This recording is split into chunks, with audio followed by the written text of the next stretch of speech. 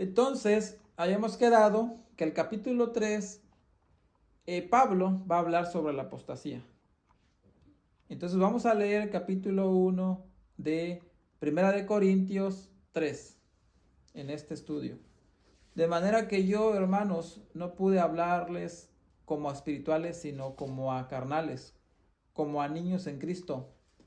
Les di de beber leche y no vianda, porque aún no eran capaces, ni son capaces todavía, porque aún son carnales, pues habiendo entre ustedes celos, contiendas, disensiones, ¿no son carnales y andan como hombres? Aquí, en la carta a los Hebreos, al final del capítulo 5 de Hebreos y al inicio del capítulo 6, el autor de la carta, que no se sabe quién era, a muchos dicen que es Pablo mismo, otros podemos decir que no se trata de Pablo nada más, porque habla de diferentes. No es un Pablo hablando como cuando habla en Gálatas, Corintios, Filipenses, no, no lo es. En el libro de Hebreos, no sé si se han dado cuenta cuando ustedes lo leen. Entonces, muchos dicen que pertenece a Pablo. Yo en lo personal no comparto esa idea. Pienso que has de haber sido un discípulo de Pablo más bien, por cómo se expresa. Esa es mi opinión, no te estoy diciendo que sea así, pero tienes que analizarlo para que tú veas por ti mismo que pudiera ser. Pero da igual, sea quien haya escrito, escribió algo bueno también, no fue nada malo, fue algo pues que te da algo, eh, te da unas instrucciones buenas también. No podemos pensar que es malo, no, porque no lo escribió Pablo es malo, no. Entonces estaríamos haciéndonos un Dios allí. Simplemente es que ellos piensan que fue Pablo.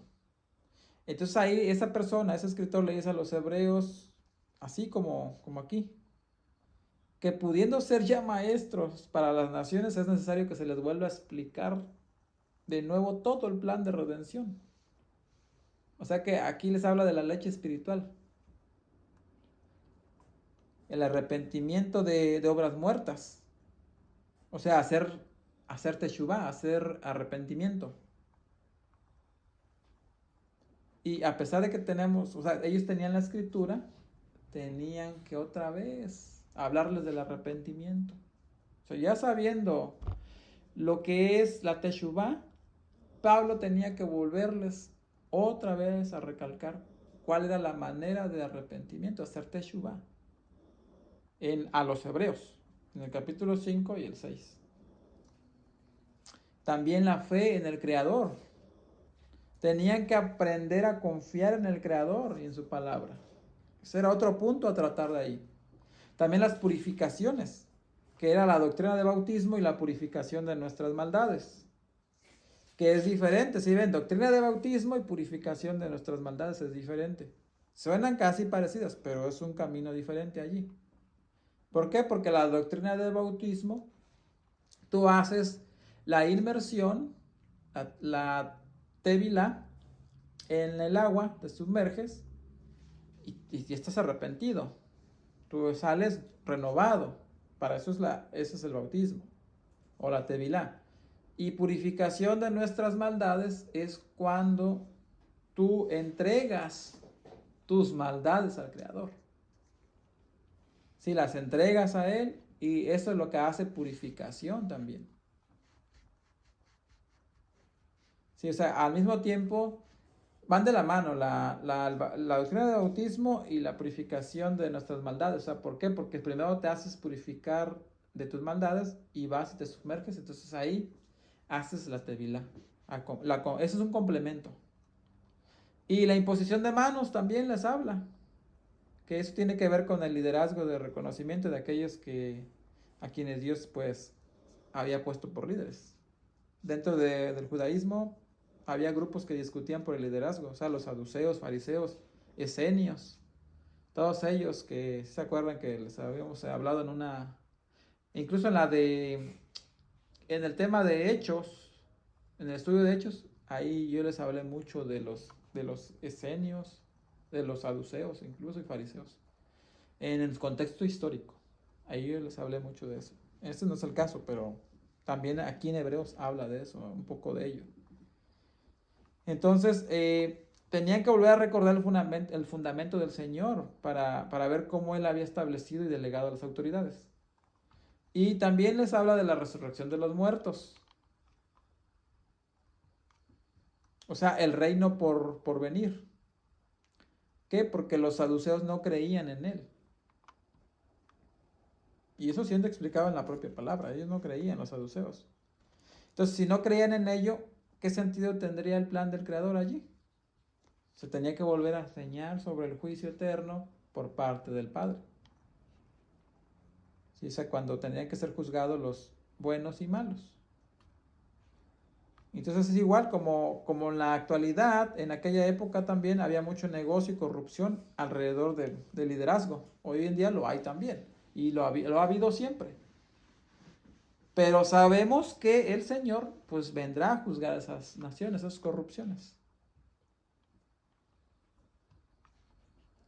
Entonces el alimento sólido es el que está ejercitado por lo que es,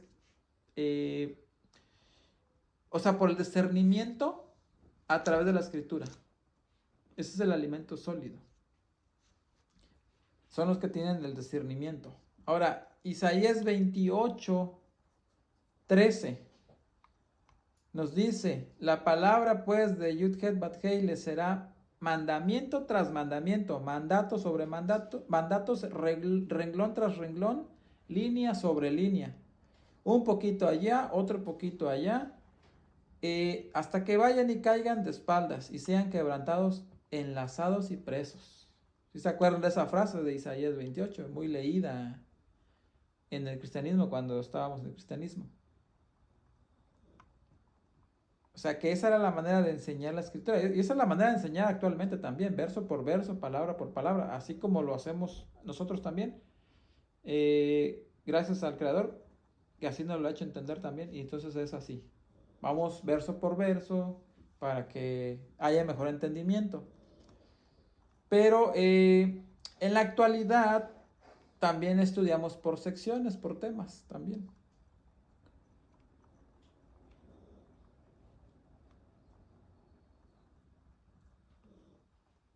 Entonces el mayor peligro para la apostasía es eso, que el estudio se enfoca en asuntos que más son de interés en el momento. Entonces ahí hay un peligro de apostasía también. Ese es el mayor peligro. ¿Por qué? Porque podemos acabar centrándonos en los temas que más nos interesan y descuidando otros temas de gran importancia. Y como consecuencia no estudias la palabra en su totalidad.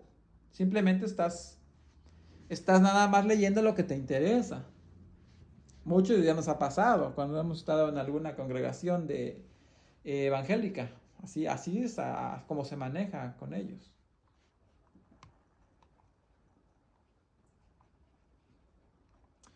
Entonces aquí es curioso que vemos a Pablo cómo aborda estos temas considerados básicos para nosotros, y él lo llama leche materna. Y en cambio, en la actualidad, estos mismos temas son considerados por nosotros como eruditos. Hoy en día dices, es un erudito. Pues, ¿por qué pasa esto? Precisamente porque no hemos aprendido a estudiar la escritura como se nos ha enseñado aquí. Y debido a eso, pues no puedes ir un paso más allá. O sea, no puedes comer alimento sólido todavía, por lo mismo, porque no puedes avanzar. Y terminas centrándote en aspectos como la halajá. O sea, la manera de vivir correctamente o descubrir al Mesías oculto en los distintos pasajes de la palabra. Dice 3:4 de 1 de Corintios. Porque diciendo el uno, yo ciertamente soy de Pablo, y el otro, yo soy de Apolos. No son carnales. ¿Qué pues es Pablo y qué pues es Apolos? Servidores por medio de los cuales han creído. Y eso según lo que a cada uno concedió el Señor. Entonces el reconocimiento, como les decía hace rato, el reconocimiento siempre se tiene que dar al Creador, no a nosotros mismos, porque sería jactarnos, sería orgullo, que Él es el dueño de todo.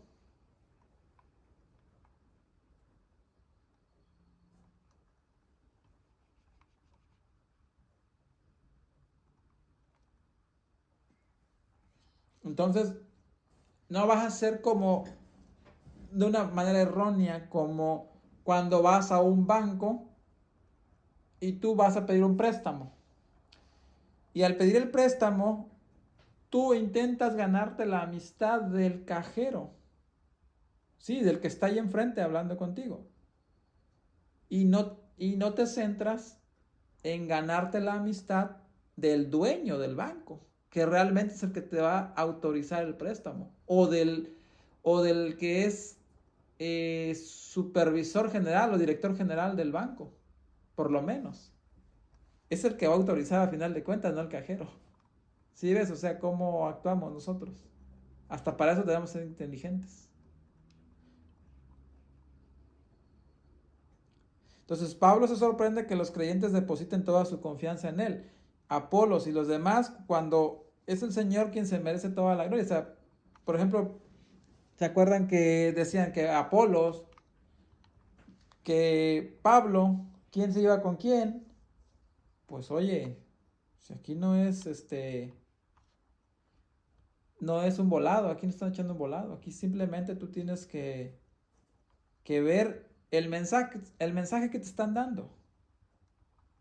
De igual manera quien te lo dé, si te lo da Pablo, te lo da Apolos.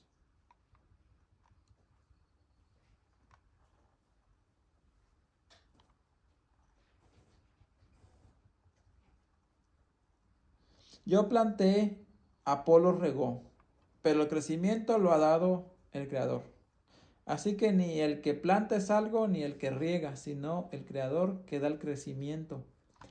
Y el que planta y el que riega son una misma cosa, aunque cada uno recibirá su recompensa conforme a su labor, les dice Pablo.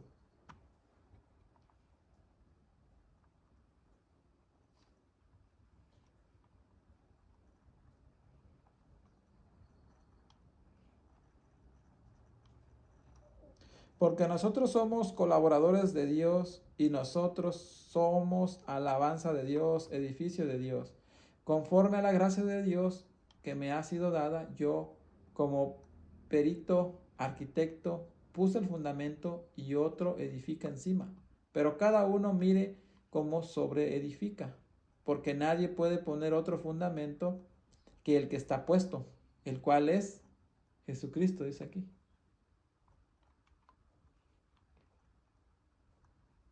Sí, porque el que inició la palabra aquí, o la obra, fue Pablo, ahí en Corinto. Por eso fue el perito, que le dicen.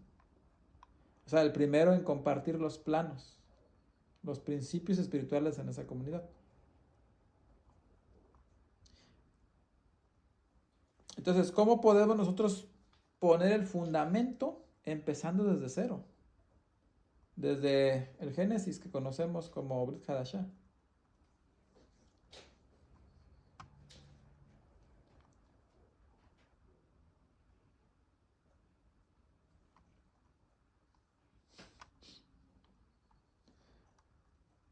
Juan 1, 1 al 3. En el principio era el verbo era con Dios y el verbo era Dios. Este era en el principio con Dios, todas las cosas por Él fueron hechas y sin Él nada de lo que ha sido hecho fue hecho, dice.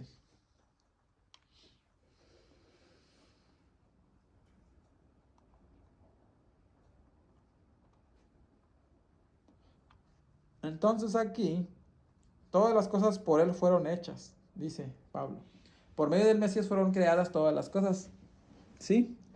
Siendo el mismo el objeto de la creación.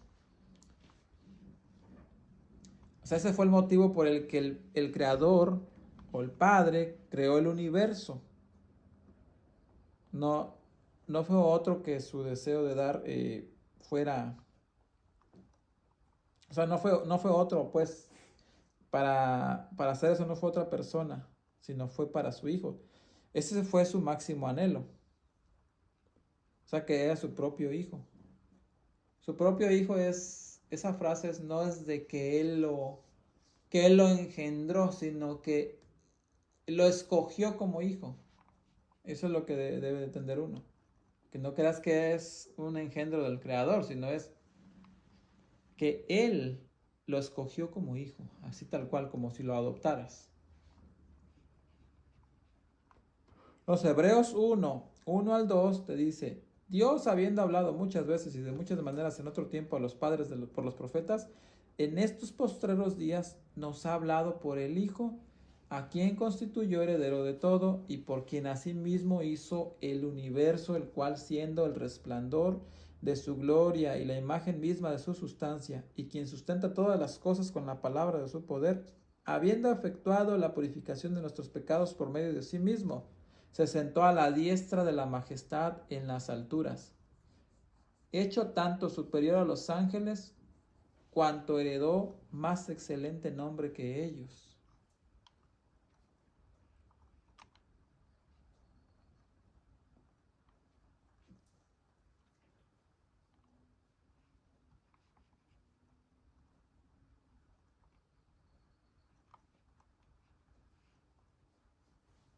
Entonces, cuando dice nos ha hablado por el Hijo, el objeto de la creación y de lo que Dios iba de hacer era con amor máximo a supremo y supremo al enviar a su Hijo al mundo. Entonces, si este no es el fundamento de nuestra fe, nos vamos a perder en mil cosas que no reflejan tanto el verdadero amor del Creador. Y nos vamos a perder en discusiones que nos alejarán y nos aportarán tanta riqueza. O sea, no nos van a aportar tanta riqueza, nos van a alejar. Para nosotros, nuestra máxima autoridad debería ser aquel que se hizo carne.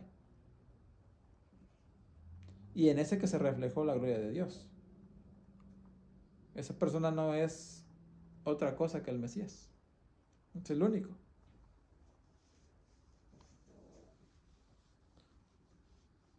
Entonces, un tiempo hubo cuando el Mesías todavía no estaba en el mundo, en que los rabinos mantenían muchos debates difíciles y controversiales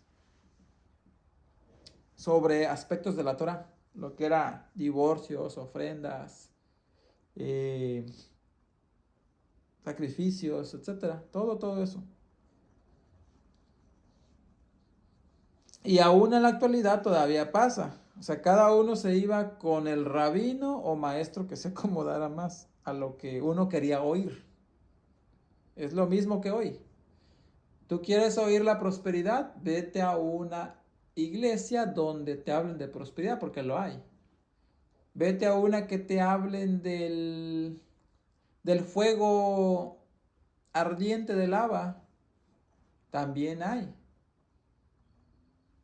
Donde experimentas el fuego del Espíritu, te dicen. Imagínate, todo eso hay, todo eso existe. Y cada persona se iba a donde escuchaba, o sea, donde le decían lo que quería escuchar, más bien.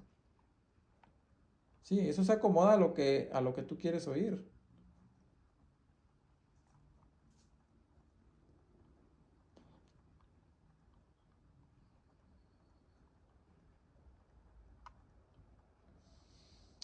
Entonces aquí viene precisamente lo que hablamos hoy en una conversación temprana, ¿verdad? En una plática. El profeta, fíjense, Deuteronomio 18, 15 al 16, perdón. Profeta de en medio de ti, de tus hermanos, como yo, te levantará Yud-Het Bat-Hei, tu Dios. A él oirás. Conforme a todo lo que pediste a Yud-Het Bat-Hei, tu Dios, en Horeb, el día de la asamblea, diciendo, no vuelva yo a oír la voz de Yud-Het Bat-Hei, mi Dios, ni vea yo más este gran fuego, para que yo no muera. Entonces, por esa razón, cuando Yahshua ministraba muchas veces, si se acuerdan la expresión, oíste que fue dicho, mas yo te digo. Entonces, con ella lo que venía a expresar era que lo que él decía era la correcta interpretación de la escritura. Y además vemos en la palabra cómo se nos dice que el Mesías hablaba con autoridad. y que la gente le escuchaba, se maravillaba de su doctrina. O sea, Yahshua no decía yo pienso o puede que sea, sino que él afirmaba, mas yo les digo. O sea, como dándote a entender ya claramente, es así el mandamiento.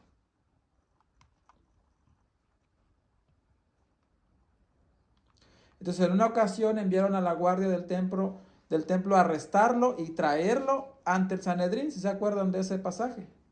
Y viendo que estaba enseñando, se quedaron a escuchar también.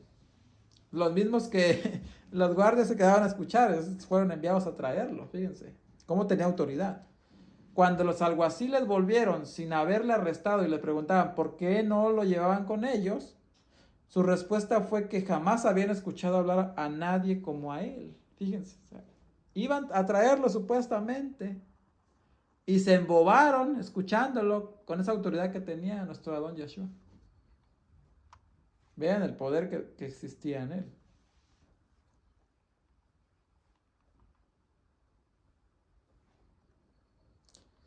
Entonces, Mateo 23, 8 al 11 es aquí donde nos habla la vida de nuestro Adón. Pero ustedes no querrán o querráis, ustedes no quieren que yo, que les llamen rabí. Ustedes no quieran que les llamen rabí, porque uno es su maestro, el Cristo. Y todos ustedes son hermanos. Y no llamen padre, y no llamen su padre a nadie en la tierra, porque uno es su Padre, el que está en los cielos. Ni sean llamados maestros, porque uno es su maestro, el Cristo. El que es el mayor de ustedes, sea su siervo, les dice aquí.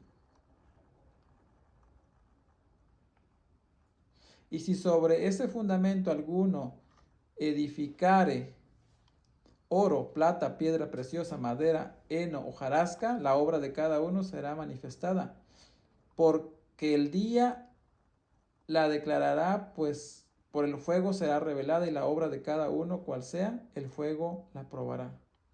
Y la obra de cada uno, cual sea, el fuego la probará, dice, ¿verdad?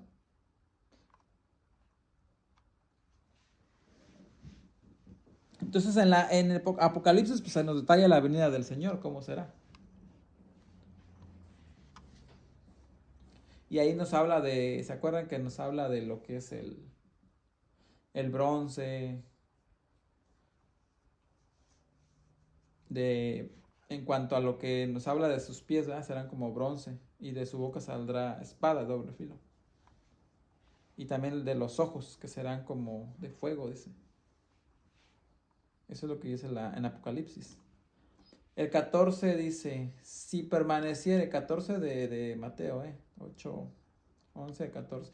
Si permaneciere la obra de alguno que sobreedificó, recibirá recompensa. Si la obra de alguno se quemare, él sufrirá pérdida. Si bien él mismo será salvo, aunque así como por fuego. Aunque así como por fuego, dice. Entonces, si hemos enseñado algo conforme, que no era conforme más bien a su palabra, pero hemos tenido el fundamento del Mesías, veremos cómo toda nuestra doctrina será quemada por el Señor, o sea, nuestra enseñanza. Tendrá la suficiente, o sea, el Señor tendrá la suficiente misericordia de salvarnos a nosotros. Y luego dice el 16, ¿no saben que son templos de Dios y que el Espíritu de Dios mora en ustedes?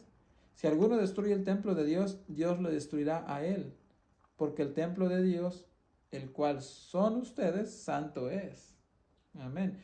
Si ven, o sea que tú no puedes decir que puedes comer lo que tú quieras, que puedes meter lo que tú quieras tu cuerpo porque es tu cuerpo, o puedes hacer lo que tú... No, porque te lo está... Si tú eres creyente de Dios, si tú eres hacedor de la ley, pues tendrás que entender que no puedes pensar así. Estarías en contra entonces de lo que el Creador determinó en tu vida. o sea, de lo que tú mismo has creído, la fe que tú llevas. Te tienes que cuidar porque ese es templo del Espíritu. ¿Templo de Dios cuál es? Es tu cuerpo, ¿no?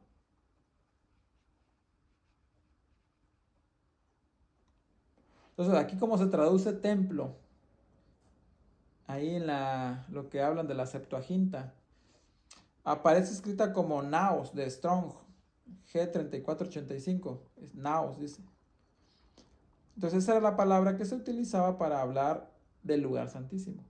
Por eso lo pusieron así, templo también, porque era el lugar santísimo, naos, la misma palabra que ocuparon para eso. Y el Espíritu de Dios mora en ustedes. Ahí en el lugar santísimo estaba el arca del pacto, las tablas de la ley, y era donde se manifestaba la Shekinah, o sea, la gloria de Dios.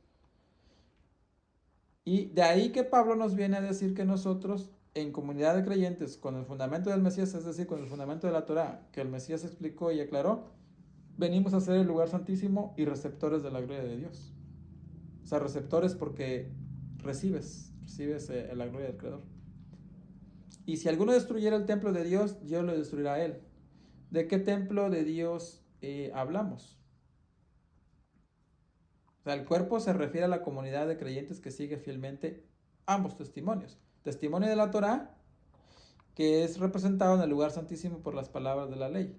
Y el testimonio del Mesías, representado en el lugar santísimo como el Cordero sacrificado. Y cualquier persona que intente destruir a la comunidad de creyentes, el Israel espiritual que acepta ambos testimonios, con cualquier doctrina humana que vaya en contra de la Torah o el nombre del Mesías, ese es quien realmente está dividiendo al cuerpo del Mesías. Ese será el objeto de destrucción por parte de Dios. Entonces es triste ver al pueblo de Dios peleándose entre sí y acusándose mutuamente de estar dividiendo el cuerpo. Pero, en cambio, sin ser rigurosos en el cumplimiento de la palabra o en el testimonio de Yeshua. O sea que solamente te estás peleando allí, pues sin sentido. Porque te acusas. Tú lo acusas, él te acusa, y así estás todo el tiempo. Pero no tienes ese cumplimiento de la palabra o el testimonio de Yeshua. Nadie se engaña a sí mismo. Si alguno entre ustedes se cree sabio en este siglo, hágase ignorante para que llegue a ser sabio, le dice.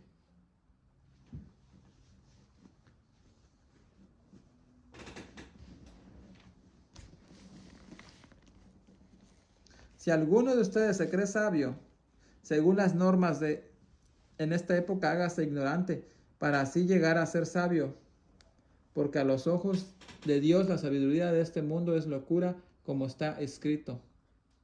Él atrapa a los sabios en su propia astucia, dice Pablo.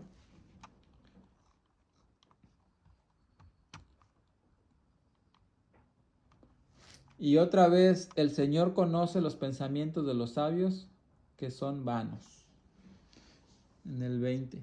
Y también dice, el Señor conoce los pensamientos de los sabios y sabe que son absurdos.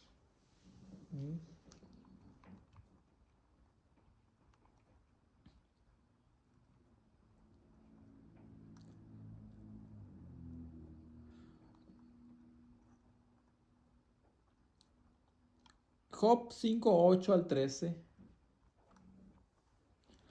nos dice, ciertamente yo buscaría a Dios y encomendaría a Él mi causa, el cual hace cosas grandes e inescrutables y maravillas sin número, que da la lluvia sobre la faz de la tierra y envía las aguas sobre los campos, que pone a los humildes en altura y a los enlutados levanta seguridad, que frustra los pensamientos de los astutos para que sus manos no hagan nada, que prende a los sabios en la astucia de ellos y frustra los designios de los perversos. Aquí, este pasaje le muestra a Job, o a Job más bien, hasta qué punto los que se creen muy listos y sabios en sus propias palabras son verdaderamente necios. Y ante ellos el Padre decide usar a los humildes para así avergonzar a los sabios de este mundo. Y como Él conoce los pensamientos de los sabios que son vanos, entonces esta es otra referencia a la sabiduría humana, que encontramos en el Salmo 94, 94:11. Yud-Het Bat-Hei conoce los pensamientos de los hombres que son vanidad, le dice en Salmos 94. Y el 21 de Primera de Corintios 3, 21. Así que ninguno se gloríe en los hombres, porque todo es suyo. Sea Pablo, sea Apolo, sea Cefas, sea el mundo, sea la vida, la muerte, lo presente, lo porvenir, todo es suyo. Y ustedes de Cristo y Cristo de Dios. ¿Sí ven las palabras de Pablo, sabias?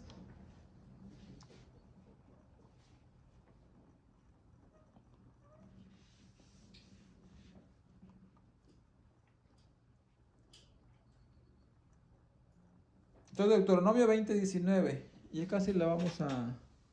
Ya nada más faltan 3 aquí. 2, nada más. Deuteronomio 20 al 19. Cuando sities alguna ciudad, peleando contra ella muchos días para tomarla, no destruirás sus árboles metiendo hacha en ellos, porque de ellos podrás comer y no los talarás, porque el árbol del campo no es hombre para venir contra ti en el sitio. Sí, porque ese es un consejo del Creador que nos da en este capítulo de Deuteronomio precisamente. O sea, en el contexto de una batalla, que nos podrá servir de alegoría o simbolismo. Ahora, Primera de Tesalonicenses 5:21, examinadlo todo, retened lo bueno. Es lo que nos dice, ¿no? El escritor de Tesalonicenses, que también se lo atribuyen a Pablo. Pero yo he leído Tesalonicenses y no le veo que sea Pablo el escritor. Por lo mismo que analiza las palabras, cómo las usa en Corintio, Gálatas, compáralo, Colosenses, Filipenses, y vas a ver cómo se ve un poquito diferente el modo de decir las cosas. Te puedes dar cuenta, no necesitas mucho ser nada de erudito, nada, simplemente con que seas un buen lector, con esto te vas a dar cuenta que ese no es el mismo escritor, en Tesalonicenses no es Pablo. Muchos dicen que sí, pero yo a lo que he visto es que es un discípulo de él, porque esos discípulos tendían a tomar a tomar el mismo seguimiento del maestro. Por ejemplo, si a mí me enseñó tal maestro X, yo voy a tratar de imitar a ese maestro, porque para mí él es mi maestro y me ha enseñado muchas cosas que yo no sabía antes y ahora las sé. Entonces, eso es lo que yo voy a imitar de esa persona. Tratar de decir el mensaje como él lo daría. Y es lo que hacían aquí ellos también. Pues probablemente fue Tesalonicenses, el que escribió fue un discípulo de él fiel, de Pablo. Pero igual, habla cosas buenas también. Como dice, examinarlo todo, retener lo bueno. Retener lo bueno. O sea, no hay que hacerse seguidor de uno. ¿Por qué? Porque nadie tiene la verdad absoluta. Siempre lo he dicho yo eso. Siempre, siempre. Nunca me he ido yo a, a decir que solamente X persona tiene la razón o no. Simplemente hay que reconocer que sí conocen el tema, sí saben y pues ya.